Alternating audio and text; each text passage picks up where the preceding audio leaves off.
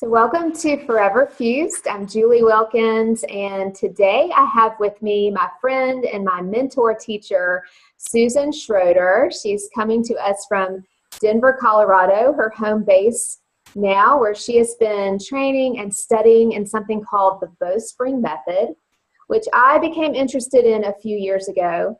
And I actually found Susan through Melissa Stewart, who you may have caught on a previous episode. Melissa and I talked about trauma-informed yoga therapy together, and Melissa had been exploring the Bowspring Method as well. So the Bowspring Method, and Susan's going to speak more to this, but is an evolved form of yoga, an evolved movement and postural system that came into being in 2013 and has really gotten refined and picked up some speed over the past year or two.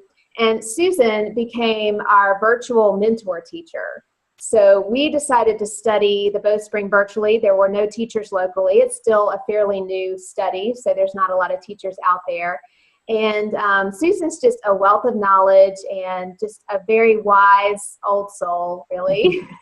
So I'm so glad she's come on today to talk a little bit about this method, and also just sharing how I, with my 13-level spinal fusion and my rods in my back, decided to take this on and work with the system in my own body and sort of figure out what it meant for me. And it's given me some very valuable tools to share with my clients as well. So Susan, why don't you just introduce yourself and tell us about the Bowspring Method and how you found and kind of came to the place where you are in Denver now, studying at the home Bowspring studio. You actually moved from Louisville to Denver. So share with us a little of that initial journey. Well, thanks, Julie. I maybe first have to just give you a little bit of applause for your courage, because one of the things that it's, with a situation like yours, it's very easy to feel like you're completely alone and on your own and don't have tools that most other people can really use and tap into. And to step away from something that's so experienced and tried and tested like yoga to explore something new like Bowspring, which is so, looks so radically different from your first glance, that I applaud you even more for really stepping outside and becoming a leader in this, because it takes a lot of courageous, gumption to step forward into something so new. So I applaud you for that.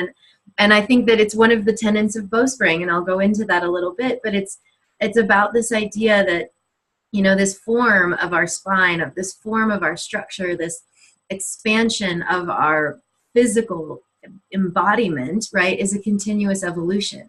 And so much of what we're learning in the last 10, 15 years on connective tissue and the myofascial network and the system of the body as a whole global unit is really changing the way we look at things. So we're not isolating all the parts and just working a bicep with a bunch of push-ups or curls, or not working our six-pack abdominals with a bunch of crunches or core work.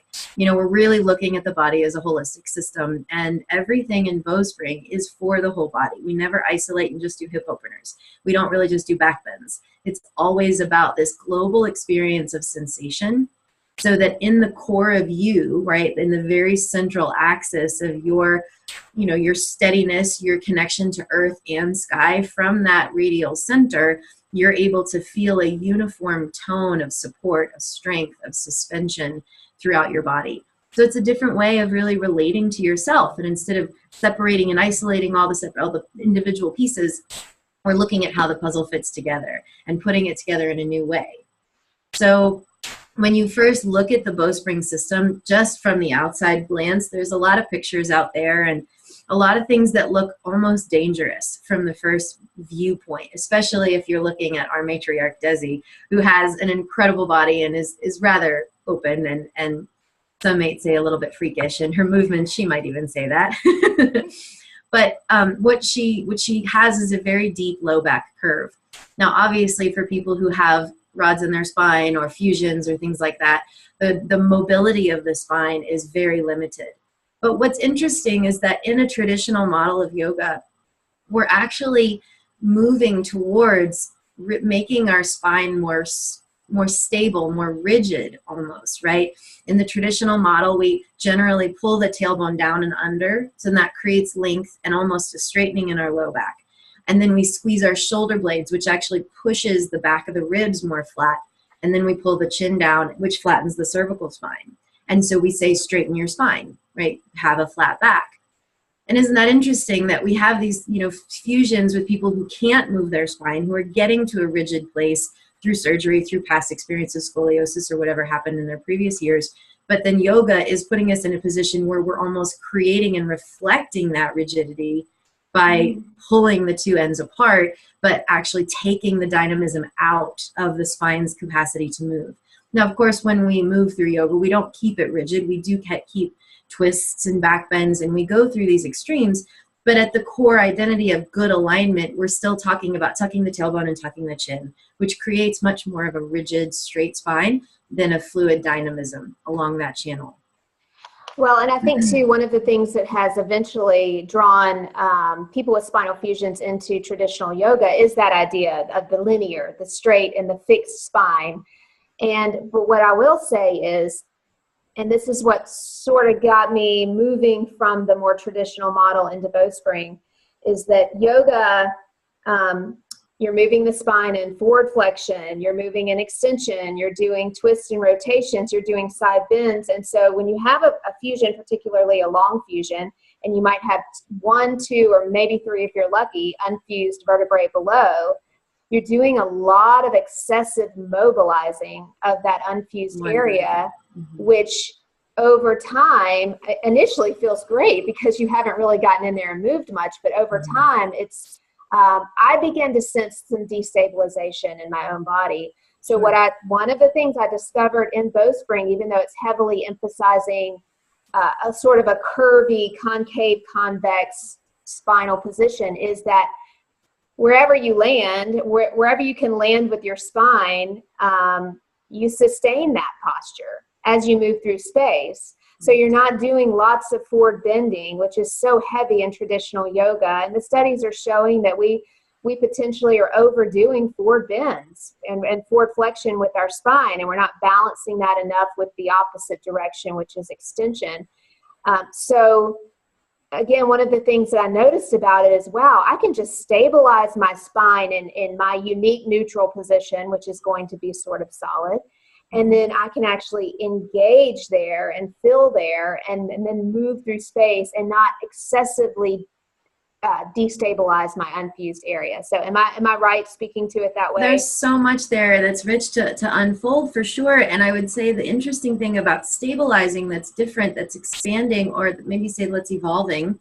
And I want to just circle back quickly and say, look, I've been practicing yoga since the 90s. And so this is not something that I come from with a surface experience. I really do have an experience in my own body and in hundreds and hundreds of students' bodies of watching them move in a very repetitive way, right? With that sort of traditional model of inhale up, exhale fold as like the beginning of every single yoga class that you do. You're saying it right. You're going through these extreme openings and then an extreme closing. And most of our practice, a lot of poses are geared towards that forward fold flexion. And when you're sitting at your desk all day, and when you're driving all day, and when you're looking at your phone all day, you're in a perpetual forward fold. So to go into your yoga class and to then continue that cycle and that pattern, how are you really, shaking it up? How are you really changing pattern? How are you really strengthening and countering the 23 other hours of bad habits that maybe we are adopted in our sedentary culture in just that hour of yoga? And that's another thing that I've noticed in mindset, is that yoga is kind of compartmentalized in people's lives. It's like, oh, let me go in and check this off my list.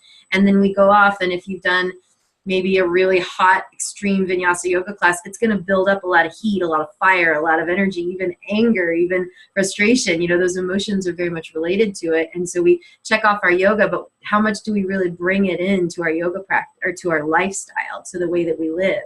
So Bowspring is about, for an hour or 45 minutes or however long you choose to practice, it's finding a different neutrality, as you're saying. We call it dynamic neutral.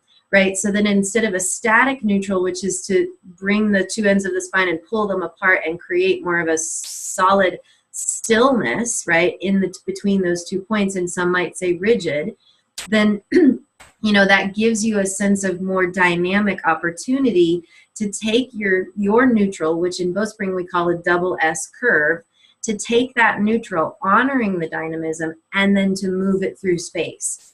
So what happens often is when you get strong or when you become stable, and I use air quotes because we're kind of shifting the dynamic of the definition of those two words with Bowspring.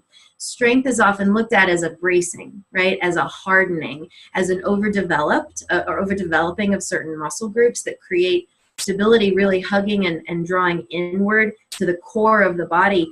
But often what happens is we actually diminish the space that's inside the body. We diminish the space in our joints. We diminish the space in our rib cage. We diminish the space between the ribs and the pelvis, where all of our vital organs are that need space in order to function.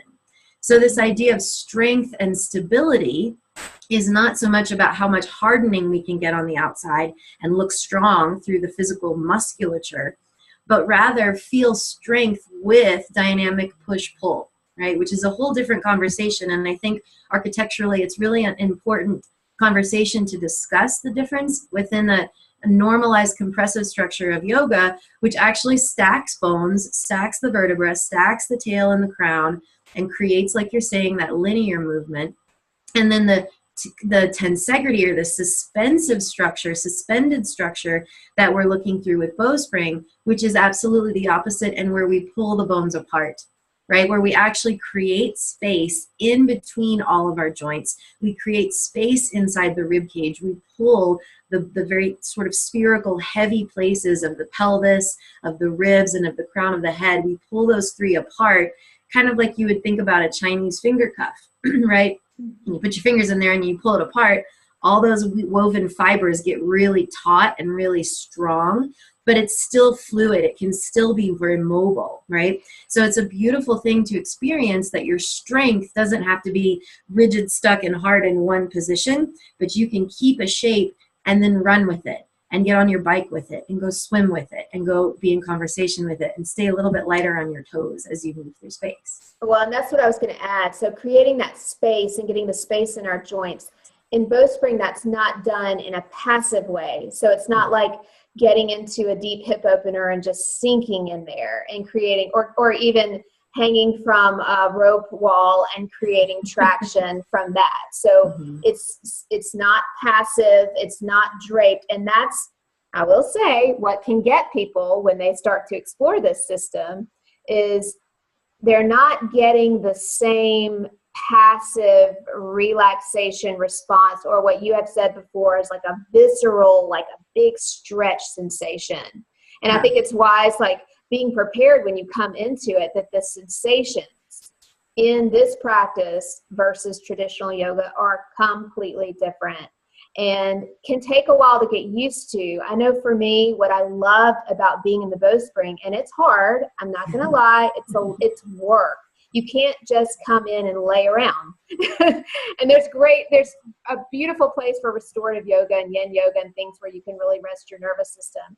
But this requires engagement and conscious practice through the whole thing. Through the whole thing, yeah. You don't get to check out, and that's a tricky bit for people who do think that this is a time when they can come and just really like ignore the rest of their day. And at first glance, that seems like, well, no, I'm coming to get away from stress and to get away from tension. But there's a really healthy tension, right? And what I tell people is that when we are under stress, we go right back to pattern, right? And pattern is something that most of us don't even really think about day to day. And so when someone comes at us, or we get a tough email, or we have a challenging day, we're going to go right back to pattern. And maybe that's getting the cookies out of the cupboard, right? Or whatever the pattern is that we go back to soothe ourselves. And when you go to Bowspring, it's going to trigger you to actually go right to all of those places where you're patterned, where like maybe in a tabletop, you just hang and your shoulders and your head drops to the floor, and you get into that experience of just stacking bones, right? But the capacity to be in your own experience of looking for a uniform sensation and calling yourself out on your patterns, on those pathways in the connective tissues and in the nervous systems that are so established that when someone asks you to go a different way, there's a charge, there's a response or a reactivity in most people. And when we say when we ask you to go a different way, It's most all of the time to open in a different way, to open these areas of the body that we're perpetually closing when we're texting and when we're in yoga, right? We're pulling our chin down.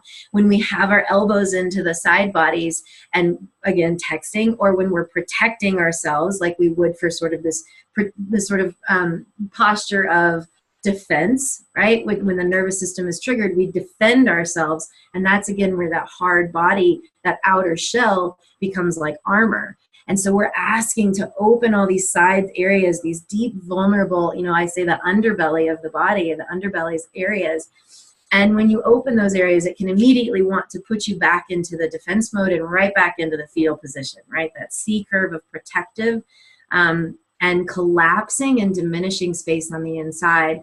And I just segue into that, the sort of, when we do those yin classes and when we do those more passive practices of those deep forward folds, of going into that sort of like long holding positioning for certain postures, we get a very visceral response. We get the nervous system starting to calm itself, and literally the nervous system is shutting down. When you get into that C curve, that fetal position, like when you go to sleep, it is meant to shut you down. It is meant to close off sensation a little bit more so that you can rest, so that you can recover and regenerate. But when you're sitting in that position all day, it makes a visceral sense for you to go to a yoga class and then have these very, extreme sensations, like you were saying, of squeezing the shoulder blades or doing a lunge and really leaning into that back quad and getting a deep thigh stretch. And my philosophy on that is we've become addicted to these two opposite sensations. We become addicted to being fully passive, fully checked out, so that no one can come in and ask us to change pattern or to look at ourselves discerningly. And then when we go and we do the work and we actually put ourselves into practice, we then go to this extreme sensation, which is to go hard, to go fast, to go hot. I mean, our classes are getting hotter, are getting faster, they're getting harder. But it's perpetuating the same patterning. Tuck tail, squeeze shoulders, pull the chin down, right? And strengthening or straightening out the spine, which actually, again, it's almost like an elongated forward fold, right? If you really think about what's happening, is because as you pull the tail under and you pull the chin down, you take the curves out, there's more of this back body going in towards that direction of C shape, of C curve. So the sensation that we look for with Bowspring, which is very, very different at the beginning, is not accessible the first time you practice it, especially if you have a traditional yoga background. And I mean that with no disrespect to someone who comes in to try Bowspring. In fact, I mean that with every intention to uplift you and set you up for success if you do go try a Bowspring class. Because if you're looking for down dog, you're going to be disappointed. If you're looking for what you've experienced before, you will be frustrated. And so I always tell people, if you can just forget everything you've ever learned, we're going to be much better off together. And we'll be able to explore something new, which is challenging. However, when you learn to hold your body in a posture with elbows lifted, ribs wide and full and chin up, the empowerment, like the inner body, that's what I kind of want to speak to, despite the outer body and what you might see if you Google Bowspring, which might throw you off initially, when you actually get into your version of it and you hold yourself to the highest, there is a feeling of expansion, of taking up more space, of growing yourself in and out. And because I've worked with students, even just normal bodied, normal spined students, you'd be surprised. Well, no, Susan, you're probably not surprised how difficult it is for people to even bring their elbows wide, because we're like, no, I shouldn't be that big. Yes. Yes. So, to say, I mean, just before you said to play at your highest or to live at your highest, I mean, how many of us really know what that even means? And even if we do have that intention, what is it that we're doing on a daily basis that's supporting that? And making space inside is absolutely one of those phrases, one of those access points for you to push yourself open. And one of the biggest cues is push open from the inside. And what does that even mean, right? And as you're talking about more of this space that's invisible, it's honoring the space that we were given in the physical structure and how much more we are actually beings of water. right? We have so much more water in our body than we do have density. And even beyond that, we have much more space and lightness in our body than we do heaviness, right? But what we're so generally connected and accustomed to and patterned to is the weight of life. Is we do sort of diminish ourselves. We play small on the regular because culture puts us in a position to sit in a cubicle, to not have an opinion, to not express ourselves individually, and to follow directions, follow order, fall in line. And you know, in some capacities, that's worked. It's got us all on a linear path of like, get your degree, go and work for 30 years, and then retire and then die. And that's one path. And the radial way, and we can kind of maybe shift into this conversation of the radial expansion, is that you get to be your own dimensional self. You get to tap into how unique and how creative and how different and special and subtle and experiential your life is, and how your moment-to-moment circumstances and how your past experiences have shaped you and formed you and educated you and created you to be, especially, you know, with unique experience like a spinal fusion, created you to be unique. And so instead of falling into line, and like when you think about going to a yoga class, there's a very strict breathing rhythm, right? And there's a regimen of inhale up and exhale fold, and everybody tries to stay on pace with that. And when you go into a class that's meant to uplift yourself, but you're sort of put on this status quo level of aligning with everyone that's next to you, you don't really get to have those moment-to-moment celebrations of where your body is giving you feedback to maybe back off a little bit, or to maybe push forward a little bit, or to slow down, or to speed up, or to go into the more sweet, quiet, invisible realms that are giving you constant feedback. When you play small, and I don't even say play small because most of us wouldn't choose to play small, but when you live day to day in a diminished, frustrated, you know, sort of a place that maybe you didn't get to really live your desires, or you haven't really fulfilled your passions that you knew as a child or that you had as a child, it's easy to just stuff them, to push them down, and to even say that they're just childlike fantasies, right? And to use that language, or to dismiss something that was so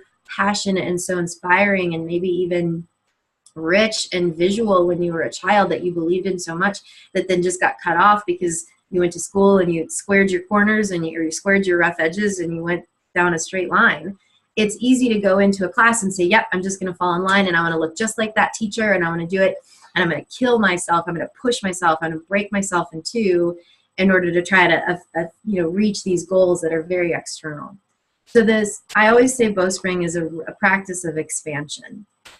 And so there's nothing that we do that's ever going to ask you to become small at the core of your channel, right? The core level of you. So we have something called central channel, and it's about as wide as the dome of your hands when they connect together. It's not hyperextension. We never hyperextend the body, but it's about as wide as when you bring your hands to touch, and you can actually notice it's about the same size as the girth of your neck. And so we have this central tube. It's visceral, or it's ethereal, it's invisible. It's probably never going to be measured in our anatomy and physiology books. But that's where yoga has really inspired us to look at the subtle anatomy. And what's interesting about Bowspring is, at least coming from, someone who's practiced it really since its inception, to watch the shape on the outer body inform the philosophy, which is very different than the philosophy of yoga, which came, channeled from the Himalayan mountains and passed down through oral teachings and from teacher to student and teacher to student, on and on and on for generations, until it started to be written, until it started to be more physical and more grounded. The philosophy came first, and then the Hatha Yoga postures came really not that long ago, maybe 120, 150 years ago at the max. And people think it's this thousands of years old practice. The philosophy absolutely is. But the form of Bowspring came first. And now, as we're watching all of these new bodies and all of these new hearts around the world practice Bowspring, we're recognizing that the philosophy is to play big, to push your boundaries. And as you're saying, take up the space that you were allotted, that you were given when you were born. Own the stories of your past, own the experiences that have made you you, and celebrate that. create your own expression from the fullness of your own heart and be unabashedly courageous to go share it to the world. So it's really an empowerment practice when you say. Absolutely. So I want to know from your personal experience, how did you take the bowspring and initially you put it in your body? How did that inform your evolution and where you are now since you began? Can you share it? Absolutely. I know there's a lot of life changes. So you have to, and people that are not yoga practitioners or not movement people, they may not fully understand that it is absolutely true. The way that you posture and power your body makes a huge difference and totally informs your energetic space. So it's not just about getting on the mat and taking these shapes. There's so much more to it that happens over time. So I want you to speak to that from your personal experience. I get so giddy when I think about it, and when I can when I can look back and quantify the experiences that have changed my life from a very subtle place. It's so exciting because I know me, no one knows me better than I do.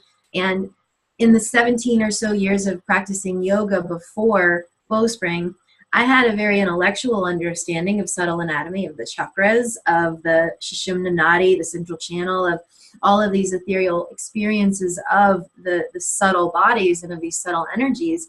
But when I started practicing Bowspring, I actually started to be able to quantify and watch myself shift in those certain areas. I said that at the beginning, I literally had to redig an entirely new root system when I started Bowspring. And so it felt almost like I was in the root chakra for a couple of years, where I was, really grounding myself in a different way. In yoga, I noticed myself for 7 or 8 years teaching, being very grandiose in my language, very inspiring in the way that I taught, very, envisioning, and I'm hoping that I was able to really give people an experience of what's possible in their body. But in my own personal life, I noticed that I kept hitting plateaus. I kept hitting a point where I couldn't grow past some level of expansion or some level of confidence even. And I consider myself a very confident person, but I kept hitting a boundary, a glass ceiling.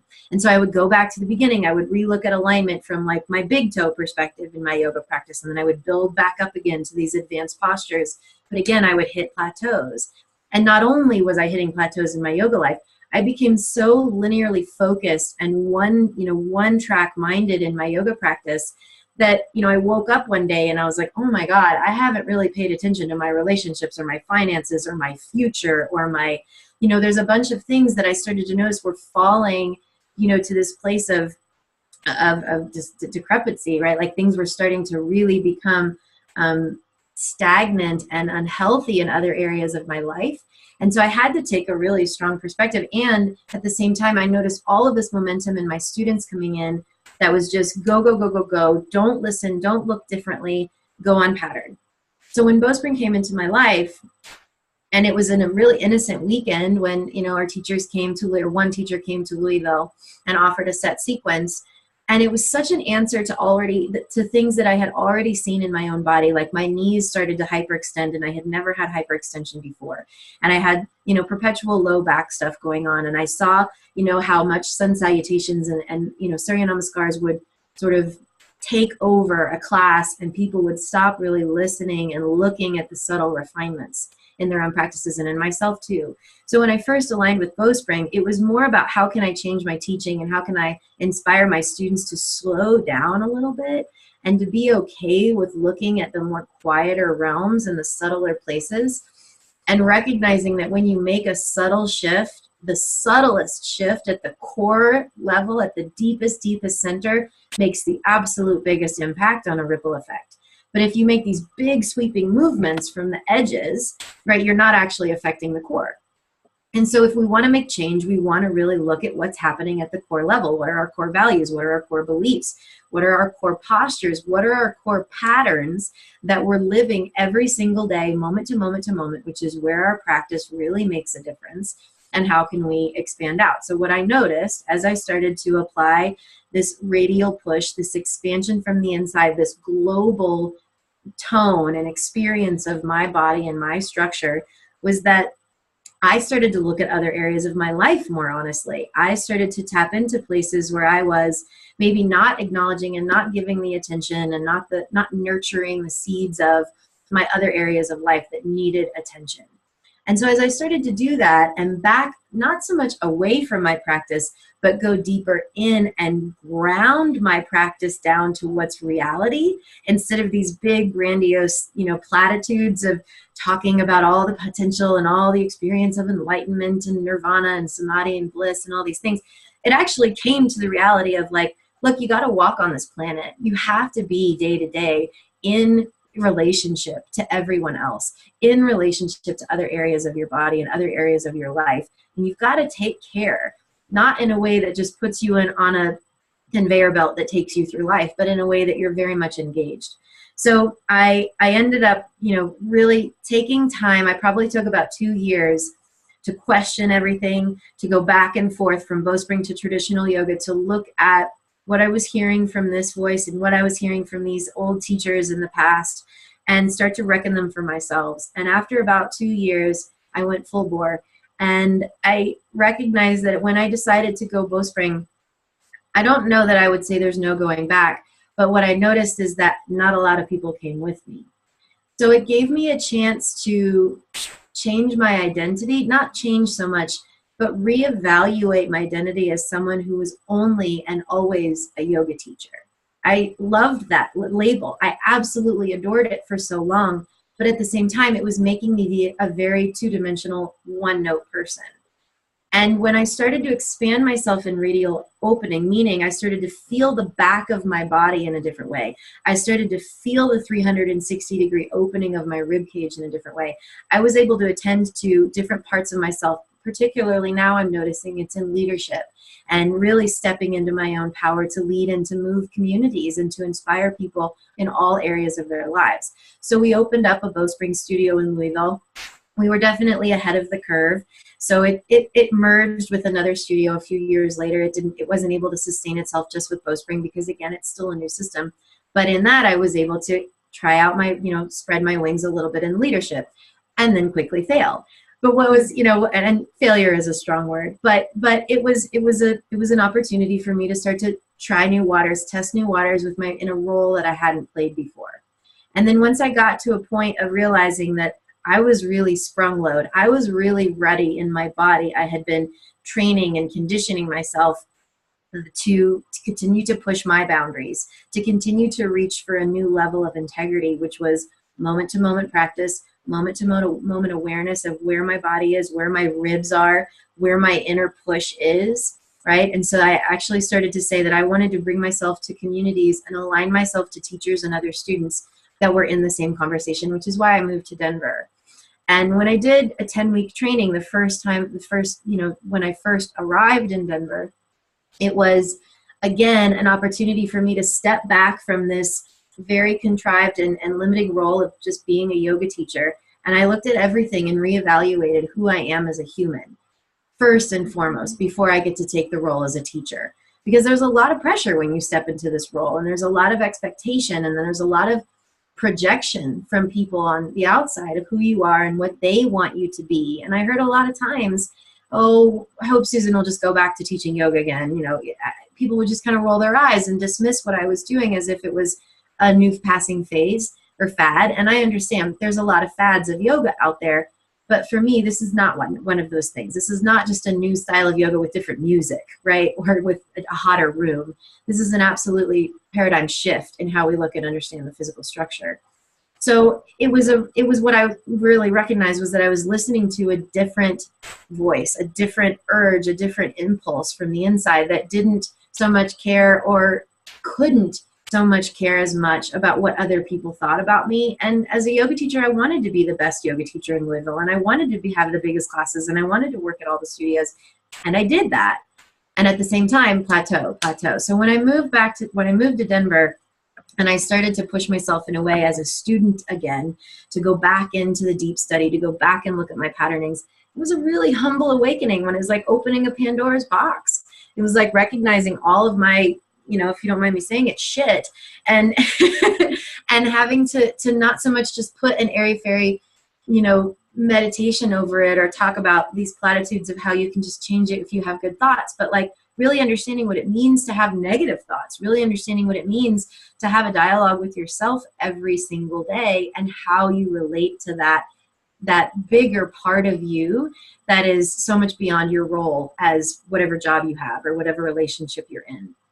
So since moving to Bowspring or moving to Denver, I've actually started to travel a lot more and to teach and spread the system to establish communities, but to put myself out there in a way that I get to be seen and I get to see people for the first time and to instantly see our collective humanity, to immediately see our universal patternings and belief systems, and even the way that we hold ourselves has become more universal. And that sort of coming in and shrinking and almost wanting to not be seen in a yoga class. Like you always notice in yoga classes, people fill the back of the room first and the corners first, right? There's this sort of idea that, oh, I'm just going to go in and hide.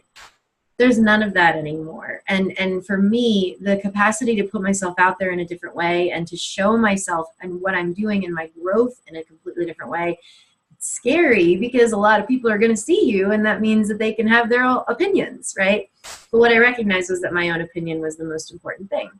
And so starting to teach and starting to travel a lot more, I'm able to see my own patterns. And when you're out of a consistent rhythm and you're out of a familiar comfort zone, your patterns come up quick. Because again, that's being, I was being put under stress. And the more stress we're under, the more patterns we get, or the more patterns arise.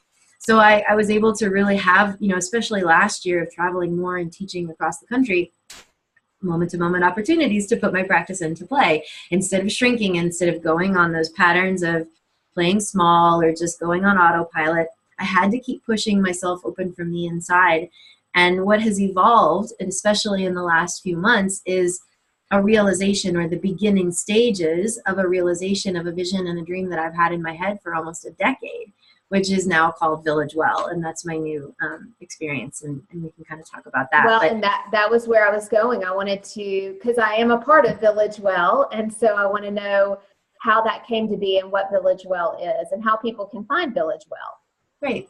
So if I can go back briefly, when I did my first training in Los Angeles, I lived in California, and I was pretty depressed. I was not a happy person. And I found a yoga class that was all donation based at the bottom of Runyon Canyon in Hollywood. And it was this beautiful community. And I never talked to anyone. I barely ever talked to the teachers. And I really couldn't afford to donate, but I was able to practice. And I always felt really bad.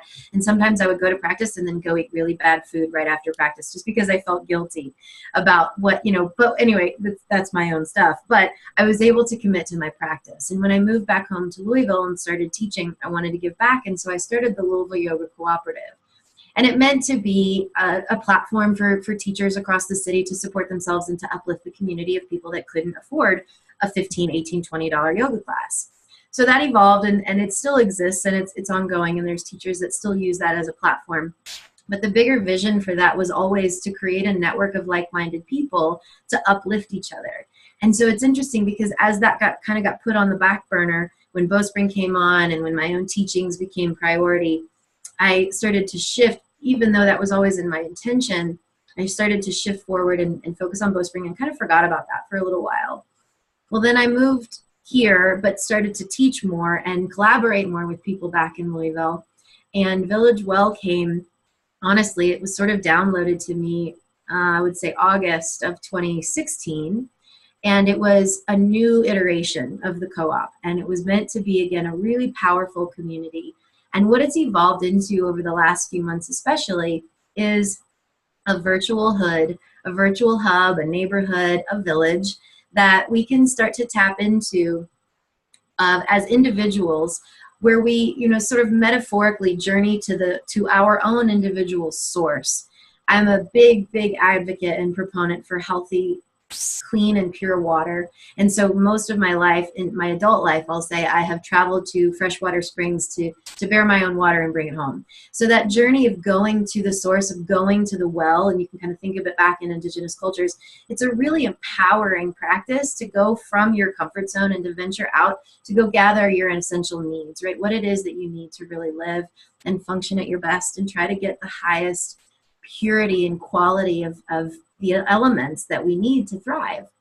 So Village Well is very metaphorical But when you tap into the well, when you take that journey to your source every single day, there's an inspiration for you there that is available at any moment. The minute you're able to kind of quiet out the external, tap into your wellspring that is existing, and it's like a geyser, it's ever flowing along that central axis, right, from earth to sky. You have connection to both realms of physical density and then this more etheric inspirational plane.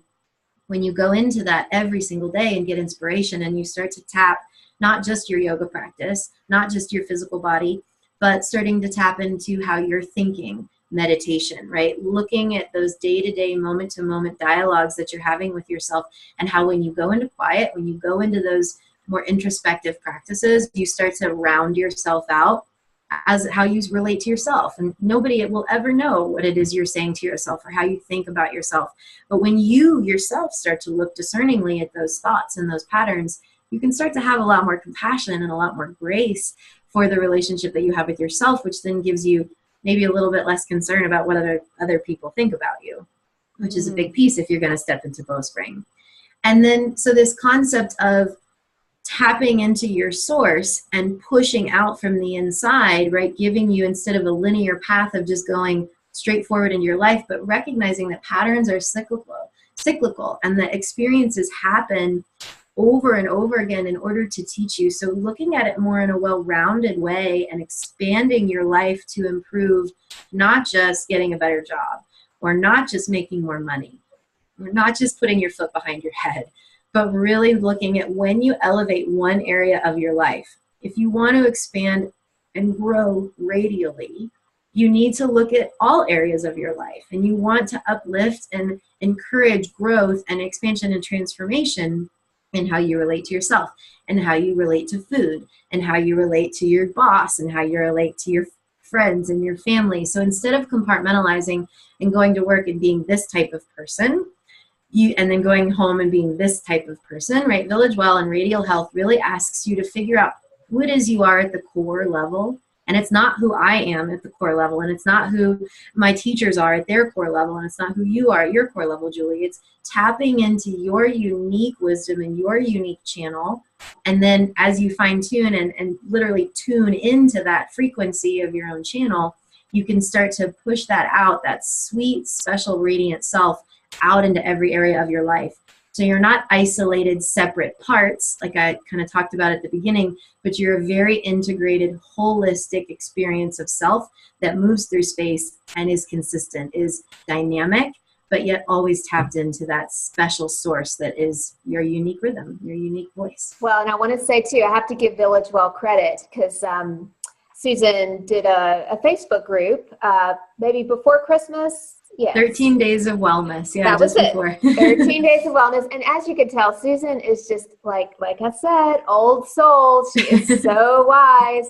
And so I remember I was really sick before Christmas, and all I could do was just tap into Village Well on Facebook and listen and listen and listen. And from that, even though I was not well, I was physically not well during that time period, it pushed me to start to do these podcasts. And I had to give credit. It was just listening and being inspired to really root down, what am I doing here? What am I doing in Forever Fused?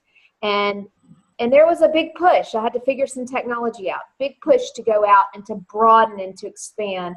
And so it's so much more than just posturing your body, but it does start there. You know, it does start with a posture and a fullness, and it's really true. Now, is there a website for people to find? Yeah, www, obviously, and it's village-well.com, and that is most definitely still and always in construction and evolving, as we always are. This is also a learning curve for me, and there was a moment where I literally put blinders on for 6 weeks to get that going. And then the social media piece, which is really where we're going to be most active.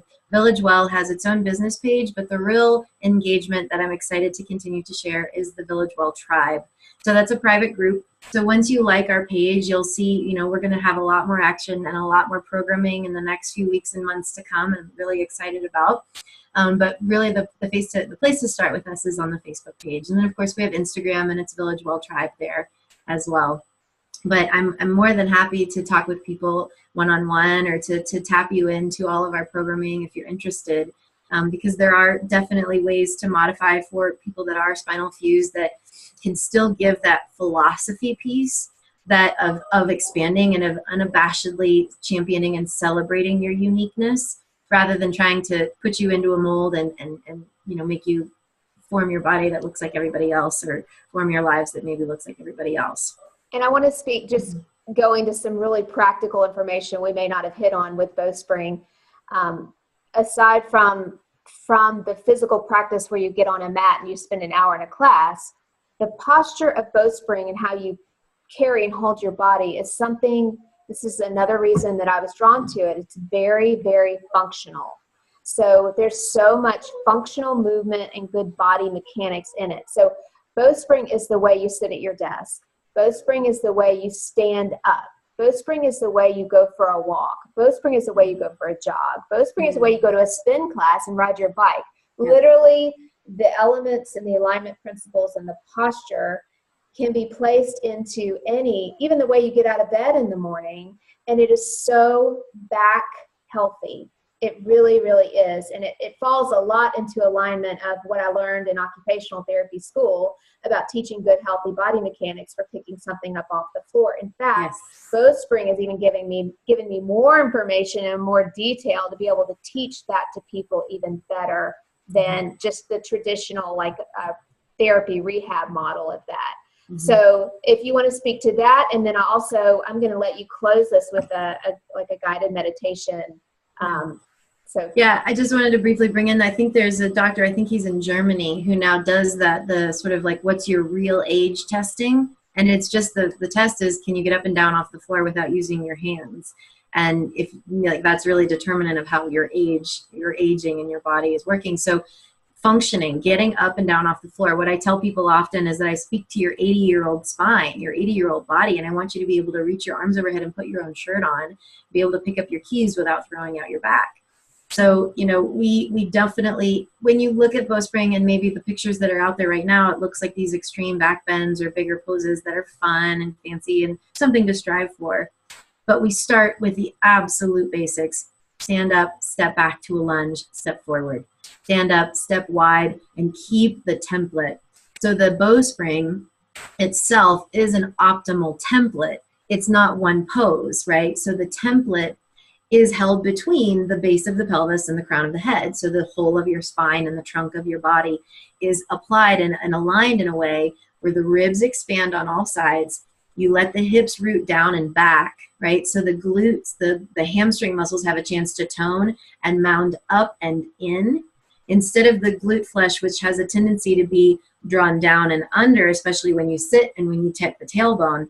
That's where the glute tissue tends to go. So we mound the glute tissues up and in, and that allows the lumbar curve to move into its forward lordosis, which we do want it to be, not hyperlordosis, because you're not letting the back ribs flatten, right? Because you start with radiant heart, you can let the natural curve move into the front body, and with that you get maximum and delicious and very, very satisfying length in your belly. And so it's very different than squeezing and crunching the abdominals. And then from there, as you push and lengthen up, you open the throat and you get a lot of dynamism through the trunk of your body. And then you move that through space. And so you'll notice that when you step back, the pattern is to look down at the ground to make sure the ground is there, right? So we practice being more confident and moving through space without collapsing and shrinking ourselves down, but keeping more of an ascension and more of an orientation up. And you'd be surprised how hard it is to posture your body through space while keeping your chin up and your gaze on the horizon. Our pattern, our default pattern is collapse, collapse, collapse. And there's a fatigue element to that. But that's what we do under stress or under fatigue, is we collapse. And Bowspring is going to ask you to hold yourself to the highest and continue to do it and continue to do it and continue to do it.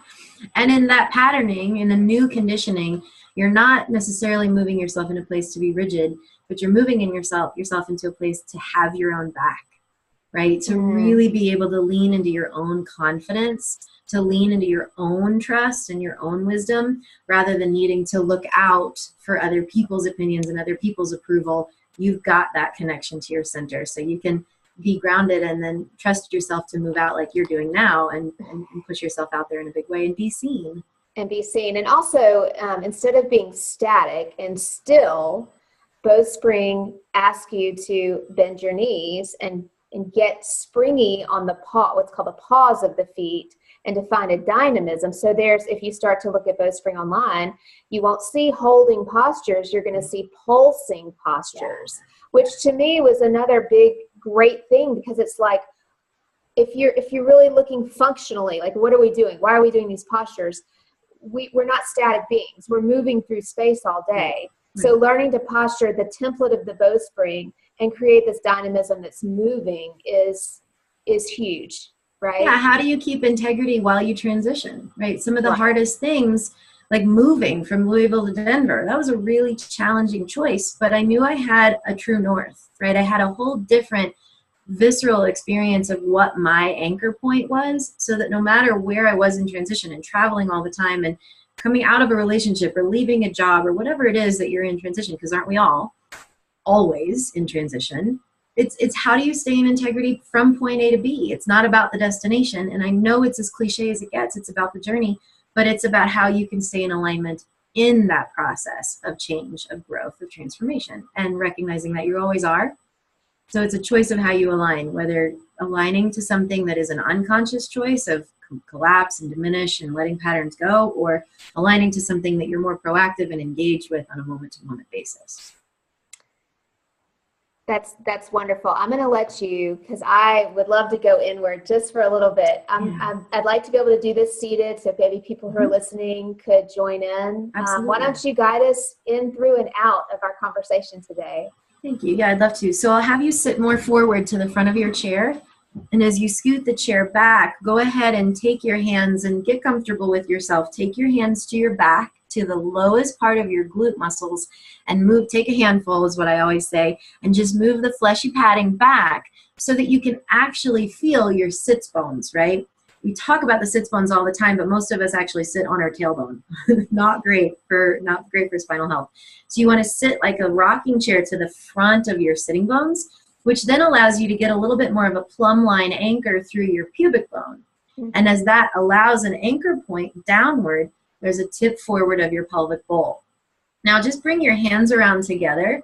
As I showed before, all of your 10 fingers come together and you have a soft bend at every knuckle, but keep it low, just in front of your navel, maybe, but a little bit forward. So as Julie was mentioning, the elbows don't drop heavy to the sides of your body, right? Rather than keeping yourself pinned in and small, to close your eyes and take a big, big full breath wide out to the sides.